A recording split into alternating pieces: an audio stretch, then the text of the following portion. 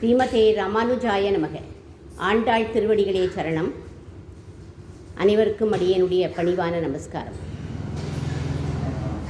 வேயற்புகழ் வில்லிபுத்தூர் ஆடிப்பூரம் மேன்மேலும் மிக விளங்க விட்டு சித்தன் தூய திருமகளாய் வந்து அரங்கனார்க்கு துழாய் மாலை முடிசூடி கொடுத்த மாதே நேயமுடன் திருப்பாவை பாட்டாரைந்தும் நீ உரைத்த தையொரு திங்கள் பாமாலை ஆயப்புகழ் 100 அன்புடனே அடியேனுக்கு அருள் செய் நீயே. திருப்பாவை ராமாயணத்தில் 3வது காட்சியில் செல்வச் சீமாட்டிகளையா எழுப்பின்றிருக்கா நம்ம ஆண்டர். இன்றைக்கு எழுப்பக்கூடிய பெண் கண் அழகு படைத்தவள். அதனால் அவளை போதரி கண்ணினாய் அப்படின்னு அழைக்கிறா, அடைமொழியிட்டு அழைக்கிறா. நாமும் அந்த போதரி கண்ணினாயை அழைப்போம்.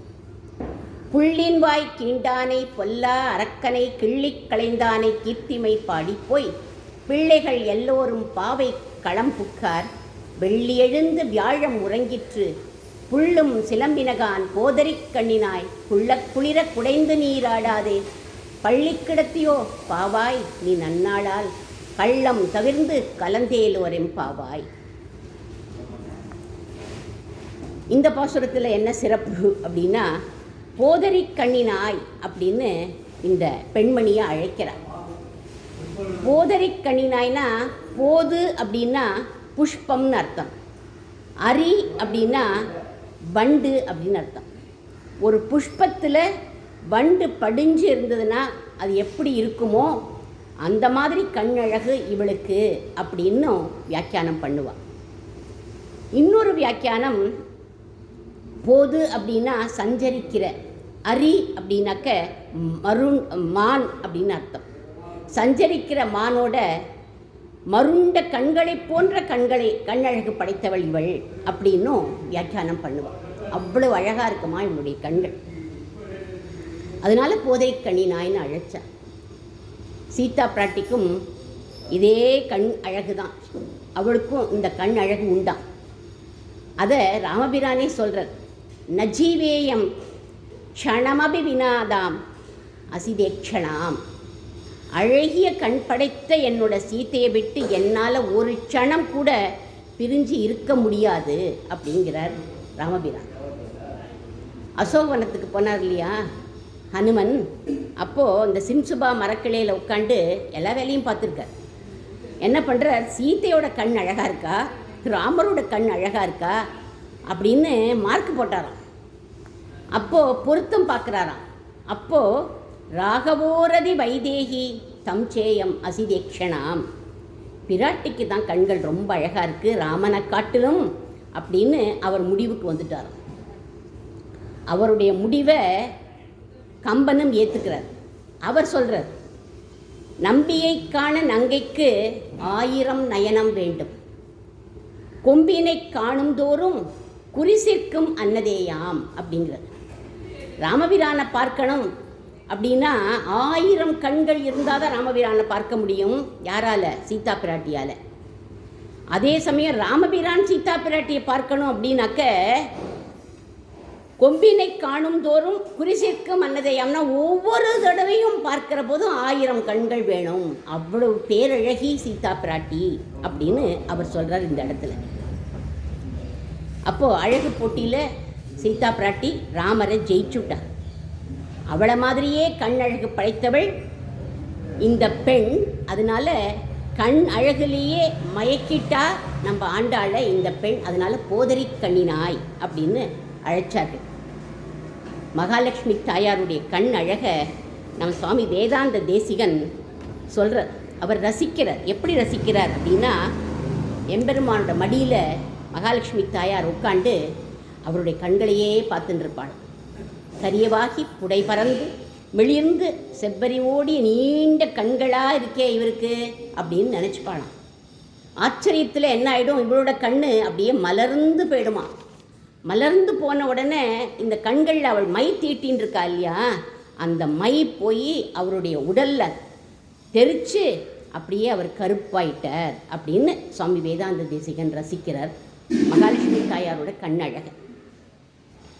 பிராட்டியை போல போதரி கண்களை உடைய இந்த பெண்ணை இப்போ என்ன பண்ணுறா, ராமனுடைய பராக்கிரமத்தெல்லாம் சொல்லி சொல்லி எழுப்புறார்கள். என்ன பராக்கிரமம் ராமனுக்கு அப்படின்னா, புள்ளின் வாய் கீண்டான். இந்த இடத்துல புல் அப்படின்னா ஜடாயு பக்ஷி தான். ராமலக்ஷ்மணால் காட்டுக்கு போன போது இந்த ஜடாயு பக்ஷி ராமரை பார்த்து கேட்டுதான். ராமலக்ஷ்மணால் சீத்தை 3 பேரும் போகிறாளாம். அப்போது இந்த ஜடாயு பக்ஷி ராமரை பார்த்து, அப்பா நீங்கள்லாம் நீ தசரதருடைய புத்திரனா அப்படின்னு கேட்டாராம். கேட்ட உடனே இவரும் ஆமாம் நான் தசரதருடைய புத்திரன் தான் அப்படின்னு. நீ ஏன்பா காட்டுக்கு வந்திருக்க அப்படின்னு கேட்ட உடனே எல்லா டீட்டெயில்ஸும் சொன்னாராம். ஏன் காட்டுக்கு வந்தேன் அப்படின்னு எல்லா கதையும் கேட்டுட்டு, கவலைப்படாத ராமா, நீ இல்லாத போது சீதா பிராட்டிக்கு நான் காவலாக இருப்பேன், உங்களுக்கு எல்லா கைங்கரியும் எப்பவும் பண்ணுவேன், எப்பவும் இந்த குடில் பக்கத்தில் உங்கள் ஒரு மரம் தெரியுறது பற்றியா, அந்த மரத்தில் தான் உட்காந்து உங்கள் எல்லாருக்கும் நான் காவலாக இருப்பேன் அப்படின்னாராம் இந்த ஜடாயு பக்ஷி. ராமரும் காட்டில் நமக்கு ஒரு பிதா கிடச்சிட்டாரே, அந்த அப்பாவை நம்ம இழந்துட்டோம், பிதா ஸ்தானத்தில் இருக்கிற இவர் நமக்கு கிடச்சிட்டாரேன்னு ரொம்ப சந்தோஷப்பட்டாராம் ராமரும். ஒரு நாள் ராமர் மாயமான தேடி போனார். ராமனுக்கு ஆபத்து அப்படின்ன உடனே சீத்தை என்ன பண்ணிட்டா, லக்ஷ்மணரையும் அனுப்பிட்டா. அந்த சமயம் ராவணன் எப்படி வந்தான்னா, சன்னியாசி வேஷம் போட்டுட்டு சீதையை கவர்ந்துட்டு போகணும்னு வரானான். சீதையை தொட போகிறான். ஜடாயோ பஷ்யமாம், ஜடாயுவே என்னை பாருங்கோ, எங்கே பாருங்கோ அப்படிங்கிறா. ஆரிய கிரியாமானாம் அநாதவத், நான் நாதன் இல்லாதவள், ஒரு அநாதைன்னு நினச்சிண்டு என்னை கவர்ந்துட்டு போகிறான், என்னை தொடரான். ஜடாயு பக்ஷோ பசியமாம், என்னை பாருங்கோ அப்படின்னாலாம். உடனே ஜடாயு பக்ஷி, ஹே ராவணா, அட அசத்தே, நான் இருக்கச்ச சீத்தையை நீ எப்படிடா தூக்கிண்டு போவ அப்படின்னு சொல்லிட்டு தன்னுடைய அலகாலையும் நகங்களாலையும் ராவணனை கொத்தர, அவனுடைய ரதம், அவனுடைய சக்கரம், குதிரைகள்னு எல்லாத்தையும் அடித்து தள்ளிட்டார் ஜடாயு பக்ஷி. அப்போது ராவணன் கேட்குறானா, ஏ ஜடாயு பக்ஷியே, இத்தனை நாள் சளைக்காமல் யுத்தம் பண்ணுறியே என்னோட, நீ உனக்கு பிராணன் எங்கே இருக்குது அப்படின்னு கேட்டான் ராவணன். எனக்கு பிராணன் ரக்கேல இருக்குது அப்படின்னு தெரியாதனமாக சொல்லிட்டார் அந்த ஜடாயு. உடனே தங்கிட்ட ஒரு வாள் வச்சுருந்தான், நேற்றுக்கு சொன்னேன் இல்லையா, அந்த வாள் சந்திரஹாசங்கிற வாள். அந்த வாள் சிவபெருமான் கொடுத்தது. அந்த வாளால் அதோட ரெக்கைகளை வெட்டி வீழ்த்திட்டான். ஜடாயு கீழே விழுந்து அடிபட்டு, அதுக்கு மேலே அதால் சண்டை போட முடியல. உடனே பிராட்டி என்ன பண்ணினா, ஜடாயுவை கட்டிண்டு ஓன்னு அழுதா. என் மாமனாருக்கு சகாவா 60,000 வருஷம் இருந்தீரே, என் பொருட்டு இந்த நிலைமைக்கு நீங்கள் ஆளாயிட்டீரேன்னு அழுதா. அப்போது ராவணன் என்ன பண்ணா, சீத்தையை இழுத்துண்டு தூக்கிண்டு போயிட்டான். இப்பேற்பட்ட இந்த ஜடாயு பக்ஷியை தான் ஆண்டாள் புள்ளின் வாய் அப்படின்னு அழைக்கிறார். இன்வாய் உடைய புல், புல்லின் வாயை திருப்பி போட்டால் இன்வாய் உடைய புல் அப்படின்னு அர்த்தம். இன்வாய் அப்படின்னா இனிமையான வார்த்தையை பேசக்கூடியது இந்த புல், இந்த பக்ஷி அப்படின்னு அர்த்தம். ராமபிரான் குத்துயிரும் குலையருமாக இருக்கிற இந்த ஜடாயுவை பார்க்கிறார். இந்த நிலைமையிலையும் அது என்ன பண்ணிட்டு, சொல்ல வேண்டியதை விஷயத்தை அழகாக ரொம்ப சுருக்கமாக சொல்லிடுத்தோம். சிலர்லாம் விஷயம் என்னவோ அதை சொல்ல மாட்டார். ஹனுமன் போன உடனே என்ன பண்ணார், ராமபிரான் தவிச்சுருப்பாரே, நம்ம சீதா பிராட்டியை பார்த்துட்டோன்னு சொல்லணுமேனு நான் இங்கே போனேன், இந்த தடங்கள்லாம் வந்தது அப்படிலாம் கதையே அடிக்கலை.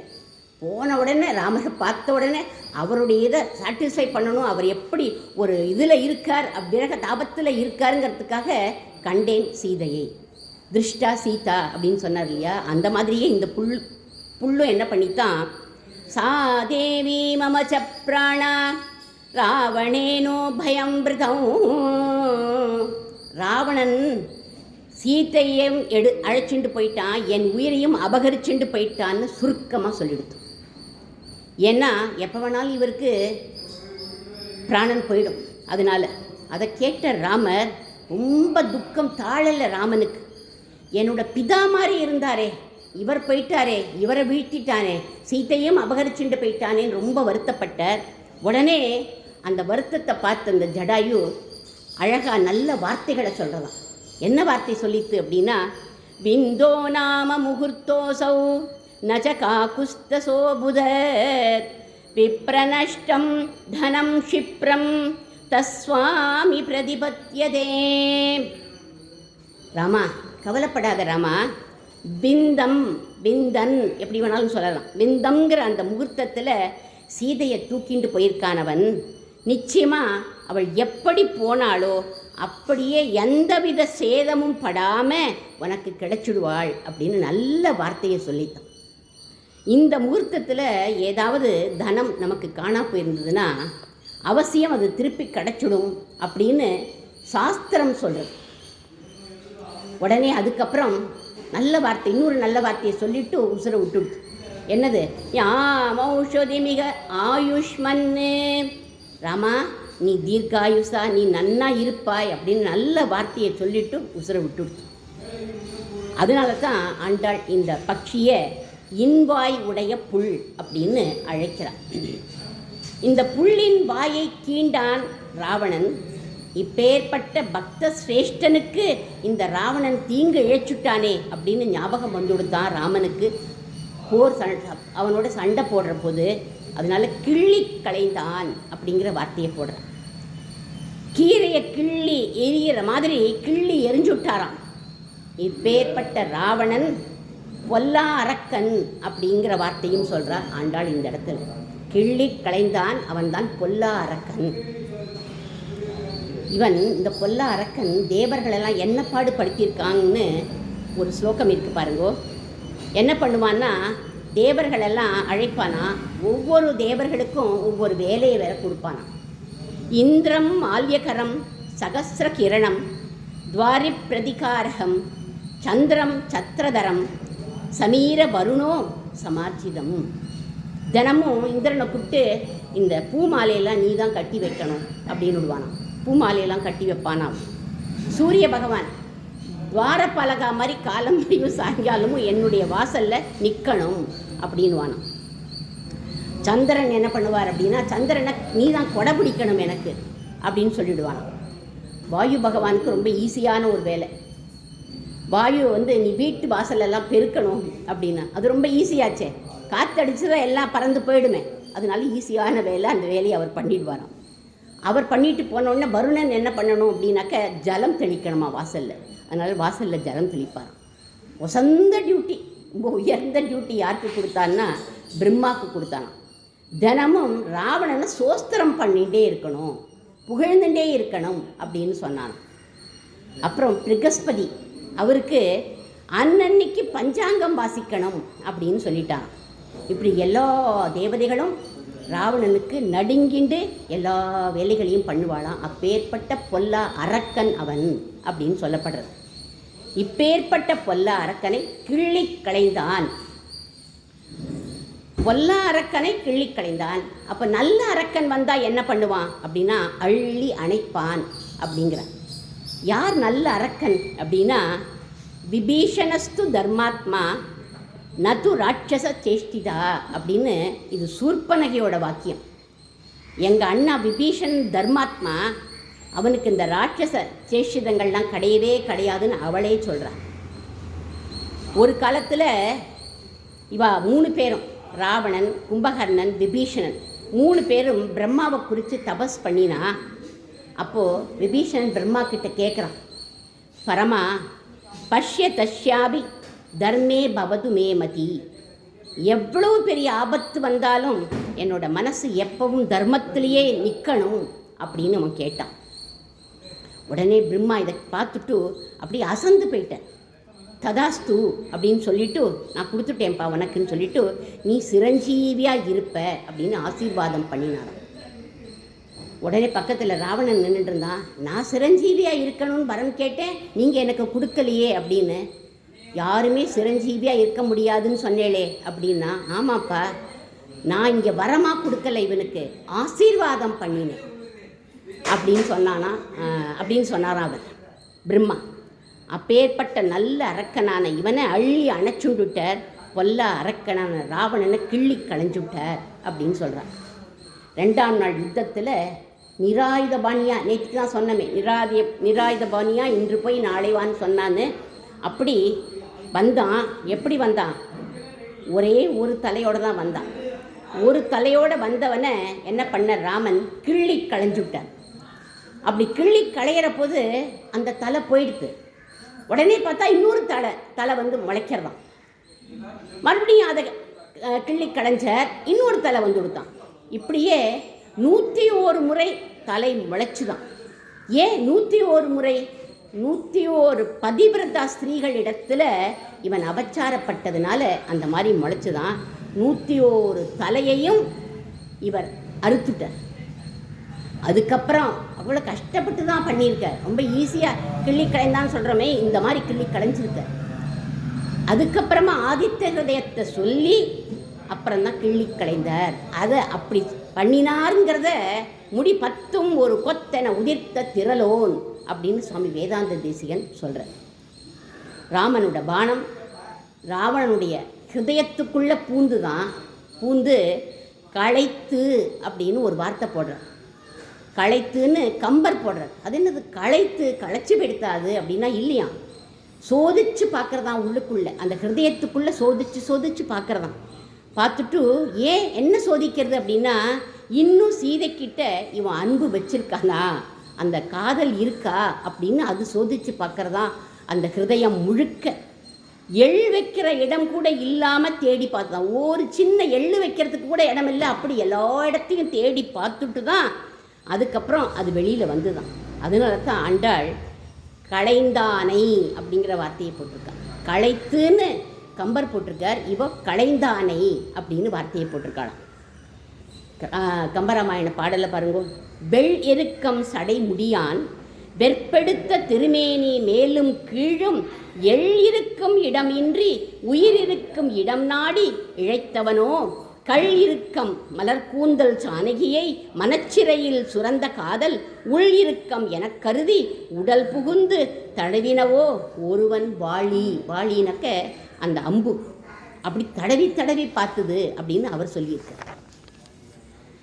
கிள்ளி களையிறது அப்படின்னா நகத்தினால தானே கிள்ளி களைவா. ஆனால் இவர் பானத்தை போட்டு தானே கிள்ளி களைஞ்சார். ஏன் கிள்ளி களைந்தான்னு போட்டிருக்கா ஆண்டாள் அப்படின்னா, இதுக்கு ராமனே சுக்ரீவன் கிட்ட சொல்கிறான். பிசாசான் தானவான் யக்ஷான் பிருதுப்யாம் சர்வராட்சசான் அங்குல்யக்ரேண தான் ஹன்யான் இச்சான் ஹரிகணேஸ்வரா. ஹரிகணேஸ்வரனா சுக்ரீவன். அவனை கூப்பிட்டு பிசாசாக இருந்தாலும் சரி, தானவானாக இருந்தாலும் சரி, யக்ஷனோ ராட்சசனோ எந்த லோகத்தில் இருக்கக்கூடிய எல்லாரும் சேர்ந்து வந்து என்னை எதிர்த்தா கூட அவளெல்லாம் என்னுடைய விரல் நுனியால் நான் கிள்ளி களைஞ்சுடுவேன் அப்படிங்கிறார் ராமபிரான். 3 தடவை சான்ஸ் கொடுத்து தான் சம்ஹரிச்சார். ஏன் அப்படின்னா கருணை தான். எதிவா ராவண ஸ்வயம். ஒருவேளை முதல் நாள் நம்ம அடித்து வீழ்த்திருந்தோம்னா அவன்கிட்ட கருணை இருந்திருக்குமோ என்னமோங்கிறதுக்கு, அவன்கிட்ட நல்ல குணம் இருந்திருக்குமோ என்னமோங்கிறதுக்காக வெயிட் பண்ணி பார்த்தாராம். எதிவார் ராவணஸ்வயம், ஒருவேளை அவனே வந்து என் காலில் விழுந்துடுவானோ அப்படின்னு 3 தடவை டைம் கொடுத்து தான் அவனை கிள்ளி களைந்தாராம். ஏன்னா கருணா காக்குஸ்தனாச்சே நம்ம ராமபிரான். இப்பேற்பட்ட திரள் உடைய ராமபிரானே அவனுடைய கீர்த்தியை நாங்கள்லாம் பாட போகிறோம். அடுத்த வாக்கியம் சொல்கிற, கீர்த்திமை பாடிப்போய். அவனுடைய கீர்த்தியை, அவனுடைய குணங்களை நாங்கள் பாட போகிறோம், எழுந்து வா அப்படின்னாரு. அனுமன் ராமபிரானுடைய கீர்த்தியை பாடிண்டே போனார். எப்போ அப்படின்னா கடல் கடந்து லங்கைக்கு போகிறார். அப்போது அவருக்கு 3 தடைகள் வந்துதான். என்ன தடைனா, அன்பால் வந்த தடை. எது அன்பால் வந்ததுன்னா அது அன்பால் கிள்ளி களைஞ்சு அன்பால் நீக்கிட்டார். அன்பால் அப்படின்னா யார் வந்தா அப்படின்னா மைனாகம் அப்படிங்கிறவ வந்தாளாம். வந்த உடனே அவள் சொல்கிறா, அவள் வந்து நீங்கள் கொஞ்சம் விஷ்ராந்தி, நீங்கள் ரொம்ப தூரம் போகிறேள், களைச்சி போயிருப்பேள், என்னுடைய மலையில் விஷ்ராந்தி எடுத்துட்டு நன்னா எல்லாம் சாப்பிட்டுட்டு நீங்கள் விருந்து சாப்பிட்டுட்டு போங்கோ அப்படின்னாங்க. இப்போ நான் ஃபீஸ்ட்டுக்கு போகலாமா, நான் ஃபாஸ்ட்டாக போயின்னு இருக்கேன், அதனால் அப்புறமா நான் போயிட்டு வந்து நான் இங்கே சாப்பிட்றேன் அப்படின்னு சொல்லிட்டாராம். ஆனால் தடுக்கக்கூடாது. ஒருத்தர் கூப்பிட்றா, சாப்பிட கூப்பிட்றேன்னா நான் வரமாட்டேன்னு சொல்லிட்டு போகக்கூடாது. அதனால் கையால் அப்படி தொட்டு அந்த மலையை தொட்டுட்டு போயிட்டார். அப்போ அன்பால் அந்த தடையை நீக்கிட்டார். அதுக்கப்புறம் மற்றொரு தடை வந்தது, அமரர்கள் அனுப்பின தடை. அமரர்கள்னால் தேவர்கள். அவள் சுரசா அப்படிங்கிறவளை அனுப்பிச்சாளாம். தேவர்களுக்காக தான் ராமனே அவதாரம் பண்ணார். அதுக்காக தான் இவர் தூதே போகிறார். ஆனால் அந்த தேவர்கள் பாருங்கோ தடையை அனுப்புகிறான். அனுப்பினோடனே சுரசாங்கிறவோ எப்பேற்பட்டவோ அப்படின்னா வாயான்னு பிளந்துன்னு இருக்காளாம் அந்த சமுத்திரத்தில். அந்த வாய்க்குள்ளே நுழைஞ்சு தான் வெளியில் அந்த பக்கம் போக முடியுமா. அவளே சொல்கிறாளாம், 1 யோஜனை தூரம் வாயை பிளந்துட்டு என் பிரம்மா எனக்கு கொடுத்த வரம், என்னோடய வாய்க்குள்ளே நீ நுழைஞ்சு போகணும், இல்லைன்னா உன்னை நான் அலோவ் பண்ண மாட்டேன் அப்படின்ட்டாளாம். அந்த பக்கம் போகிறதுக்கு விட மாட்டேன் அப்படின்ட்டாளாம். இவர் என்ன சொன்னார், நான் போயிட்டு வந்து ரொம்ப வேகமாக நான் போயின்னு இருக்கேன், போயிட்டு வந்து அப்புறம் உன்னுடைய வாய்க்குள்ளே குதிக்கிறேனே அப்படின்னாராம். இல்லை இப்போ என் வாய் வழியாக தான் உன்னை நீங்கள் போகணும் அப்படின்ன உடனே இவர் எப்பேற்பட்ட சாதுரியம் அப்படின்னாக்க, பெரிய உருவத்தில் அவள் 1 யோஜனை தூரம் வாயை பிளந்துருந்தா, இவர் என்ன பண்ணார், தன்னுடைய உடம்பை சுருக்கிண்டு கட்ட விரல் அங்குஷ்டியாமி மாத்திரமாக தன்னை பண்ணிண்டு அவளோட வாய்க்குள்ளே நுழைஞ்சு காது வழியாக வெளியில் வந்துட்டார். எச்சல் கரை கூட படலையாம். அப்போது அறிவுனால் அவளை வென்றுட்டார். 3வது கிரகிணி வந்தாளாம், சிம்ஹிகா அப்படிங்கிறவோ. அவள் எப்பேற்பட்டவள் அந்த கிரகிணின்னா சாயா கிரகிணி. சாயா கிரகிணின்னா நிழலை பிடிச்சி இழுத்தே அவளை வதம் பண்ணிடுவாள். இவர் மேலே பறந்துருக்க, அவளுடைய கீழ் அவளுடைய நிழல் தெரியறது, அந்த நிழலை பிடிச்சு இழுத்து அவரை போக விடாமல் பண்ணுறா, முன்னுக்கு போக விடாமல் பண்ணுறாளாம். அவளை தன்னுடைய ஆற்றல்னால நரசிம்மன் மாதிரி வராகப் பெருமாள் மாதிரி அடித்து வீழ்த்திட்டாராம். அவளை தன்னுடைய ஆற்றலால் வென்ற. இப்படி 3 தடைகளையும் வென்றுட்டு இவர் போகணும். அப்போது அவர் நினச்சிக்கிறாராம், இப்படி தடையாக வந்தால் நான் எப்படி சீதா மாதாவை பார்ப்பேன், தாமதம் ஆயிடுமே, என்ன பண்ணலாம் அப்படின்னு யோசனை பண்ணி உடனே ஸ்ரீராம ராம ராமேதி ரமே ராமே மனோரமே சகசிரநாம தத்துல்யம் ராமநாம வரானேன்னு அந்த ராம நாமத்தை சொல்லிகிட்டே போனார். ராமனுடைய கீர்த்தியை பாடிண்டே போனாராம். நம்ம கூட ஒரு பயணத்துக்கு போகிறோம், எதுவும் தடைகள் வராமல் இருக்கணும் அப்படின்னா ஆபதாம் அபகத்தாரம் தாதாரம் சர்வதம்பதாம் லோகாபிராமம் ஸ்ரீராமம் பூயோ பூயோ நமாமியகம்னு இந்த ஸ்லோகத்தை சொல்லிட்டு போனால் சேஃபாக நம்ம திரும்பி வந்துவிடலாமா. ராமனுடைய கீர்த்தியை பாடிண்டு பல பெண்கள்லாம் பாவைக்களத்துக்கு போயாச்சுமா எழுந்துரு அப்படின்னாரு. பாவைக்களம் அப்படிங்கிற வார்த்தையை இங்கே தான் சொல்கிறா, மீட்டிங் பிளேஸ். அந்த இடத்த இந்த பாசுரத்தில் தான் சொல்கிறா ஆண்டாள். பிள்ளைகள் எல்லாரும் பாவை களம் புக்கார் அப்படின்னா. சக்கரவர்த்தி திருமகனுடைய வைபவத்தை முதல்ல மகரிஷி வால்மீகி எழுதி தரார். 24,000 ஸ்லோகங்களாக எழுதி கொடுக்குறார். அந்த ஸ்லோகங்கள் அத்தனையும் மனப்பாடமாக பண்ணி முதல்ல ராமருடைய ஆஸ்தானத்துக்கே பாடிண்டே சென்ற பிள்ளைகள் யார் அப்படின்னா லவகுச்சர்கள். அவள் தான் போய் பாடிண்டே போனான். புள்ளின் வாய் கீண்டவனை கிள்ளி களைந்தவனின் கீர்த்திய அன்னைக்கு இந்த 2 பிள்ளைகளும் பாடினா இல்லையா. இன்னைக்கு நம்ம கூட்டத்துக்கு புதுசாக வந்த பிள்ளைகள்லாம் போயாச்சு. நீயோ எப்பேற்பட்டவள், செல்வ சீமாட்டி, அனுபவம் மிக்கவள், இப்படி படுத்துட்டுருக்கியே, விடிஞ்சுடுத்துமா எழுந்துரு அப்படின்னு விடிஞ்சதுக்கு ஒரு அடையாளம் சொல்கிறான். என்ன அடையாளம்? வெள்ளி எழுந்து வியாழம் உறங்கிற்று அப்படின்னா. வெள்ளி அப்படின்னா சுக்கிரன் அப்படிங்கிற கிரகம், அது எழுந்தாச்சு. வியாழம் அப்படின்னா குரு, அது அஸ்தமிச்சு போயிடுத்து அப்படின்னு அர்த்தம். இல்லை வெள்ளிக்கிழமை வந்துடுத்து வியாழக்கிழமை முடிஞ்சு போயிடுத்துன்னு வச்சுக்கலாம். வெள்ளி எழுந்து வியாழம் உறங்கிற்று அப்படின்னு. உடனே உள்ளே இருக்கிறவ கேட்குறா, என்னடி இது, ஏதோ ஜோதிட சாஸ்திரங்கள்லாம் சொல்கிறேன், எனக்கு தெரிஞ்சது ஒரே ஒரு ஜோதிட சாஸ்திரம்தான். அது என்ன அப்படின்னா நக்ஷத்திரே திதி தெய்வத்தியே சோச்சசம் தேசு பஞ்சசு அப்படின்னு. ராமன் எப்போ அவதாரம் பண்ணாரோ அந்த சமயம் 5 கிரகங்களும் உச்சத்தில் இருந்தது அப்படின்னு ஒன்று மட்டும் தாண்டி எனக்கு தெரியும். மற்ற கிரகங்கள் எழுந்தது அஸ்தமித்தது இதெல்லாம் எனக்கு ஒன்றுமே தெரியாது, அதை தெரிஞ்சுக்கவும் நான் விருப்பப்படலை அப்படின்னு விட்டான். அப்போ வெள்ளி எழுந்து வியாழம் உறங்கிட்டு இவள்கிட்ட பலிக்கலை. சரிடி அது வேண்டாம், கொஞ்சம் வெளியில் வந்து பாரு, சப்தத்தையாவது காதால கேளு அப்படின்னா. என்ன சப்தம் அப்படின்னா, புள்ளும் சிலம்பினகான் அப்படின்னு சொன்னான். புள்ளெல்லாம் சிலம்பர், புள்ளும் சிலம்பினகான்கிற இந்த வாக்கியம் 6வது பாசுரத்துலேயும் சொன்னான். அப்போது புள்ளும் சிலம்பினா கருட பக்ஷியை மென்ஷன் பண்ணினா அந்த இடத்துல. இங்கே புள்ளும் கொஞ்சம் டைம் ஆகிடுது இல்லையா, அதனால புள்ளும் சிலம்பினகான்னா இங்கே எந்த புல்கள்லாம் இருக்குது அப்படின்னாக்க, மயில்கள்லாம் இருக்கான், மரங்குத்திகள்லாம் இருக்கான், அதெல்லாம் சிலம்புறது அப்படின்னு இந்த இடத்துல வியாக்கியானம் பண்ணுவாள்.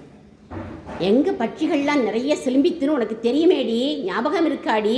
பம்பா நதி கரையில் ராமலக்ஷ்மணால் போன உடனே அங்கே இவைகள்லாம் நன்னா சிலிம்பித்தே. ராமன் அங்கே போன போது கூவின மாதிரி இப்போ ஒன் வீட்டு வாசல்லையும் அதுகள்லாம் வந்து கூவுறது அப்படிங்கிறார்கள். கோயேஷ்டபிகி சார்ஜின கைகி சதபத்திரைச்ச கீர கைகி அப்படின்னு அவைகள்லாம் உன் வீட்டு வாசலில் வந்து கூவுறது அப்படின்னு 2வது அடையாளத்தை சொன்னால், பம்பா நதிக்கரைக்கு போகிறதுக்கு முன்னாடி ராமபிரான் எங்கே முதல்ல போனார்னா மதங்க வனத்துக்கு தான் போனாராம். அங்கே இவரை தரிசிக்கிறதுக்காக காத்துன்னு இருந்தாலாம். யார்? சபரி மாதா. ஏன்? தன்னோட பக்தி யோகத்தை பூர்த்தி பண்ணிட்டு மோட்சம் போகிறதுக்கு முன்னாடி தன்னுடைய மோட்சத்துக்கு போகணுன்னே அவள் ஆசைப்படலை. தன்னுடைய ஆச்சாரியன் மதங்க முனிவர் அங்கே இருக்கார், அவரை போய் பார்க்கணும்னு தான் ஆசைப்பட்டா. நீ பின்னாடி வான்னு சொல்லிட்டு போயிட்டார் அவர்.